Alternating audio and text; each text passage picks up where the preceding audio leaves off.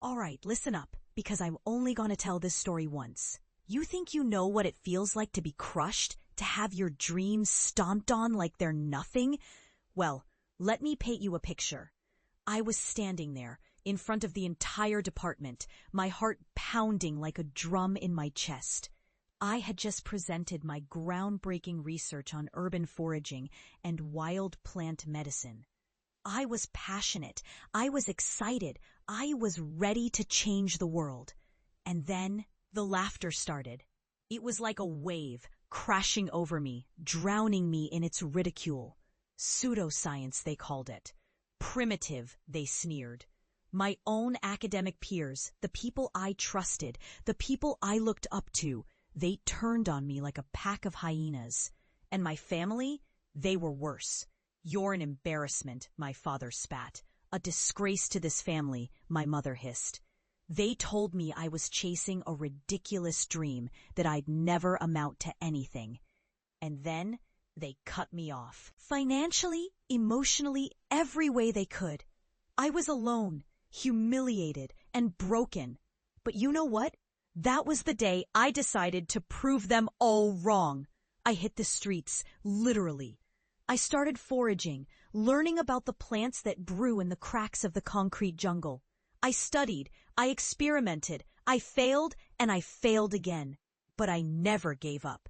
I was driven by a fire, a burning desire to show them all that I was more than their ridicule, more than their laughter. I was a force to be reckoned with. Years passed and I transformed. I went from a scorned academic to a pioneer in urban foraging and wild plant medicine. I started small, teaching workshops in community centers, showing people how to turn weeds into medicine, how to find food in the most unlikely places. But then things started to snowball. I was invited to speak at conferences. I was featured in documentaries. I was even consulted by city planners.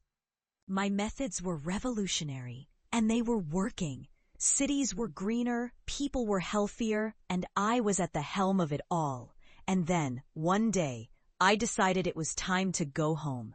I wanted to see the looks on their faces, to show them what I had become. I wanted them to see the power of their words, how they had fueled me, how they had made me stronger. I walked into my childhood home, and there they were, my parents, sitting in their living room, looking smaller than I remembered. I didn't say a word, just handed them a folder. It was filled with articles, photos, testimonials. It was my life, my work, my triumph. They flipped through it, their eyes widening with each page. I could see the shock, the disbelief, the dawning realization that they had been wrong. So wrong. But I didn't stop there. I took them on a tour, showed them the city I had helped transform. We walked through parks that were once barren, now teeming with life. We visited community gardens, bustling with people who had learned to forage, to heal, to thrive. And then we went to the heart of it all, the urban farm that was my pride and joy. It was a sight to behold, a testament to my journey, to my triumph. My mother, she started to cry. She looked at me, really looked at me for the first time in years. "I'm sorry," she whispered. "I'm so sorry, Lily." My father, he just stood there, his face a mask of shock, but I saw it, the pride in his eyes. The regret. It was a start. I didn't say much. I didn't need to. My work spoke for me. I had taken their ridicule, their laughter, their rejection, and I had turned it into something beautiful. I had turned it into a revolution. As I left, I looked back at them, standing there in the midst of the life I had created. I felt a pang of pity, of sadness, but mostly I felt triumph. I had proven them wrong. I had shown them the power of belief, of perseverance, of love. And in the end, that was all that mattered. So here's the thing.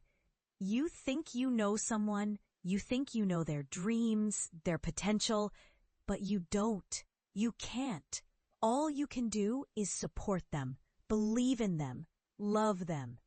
Because you never know, they just might change the world. And if you're not careful, you might just miss it. And that, my friends, is the story of how I turned their laughter into a symphony of triumph.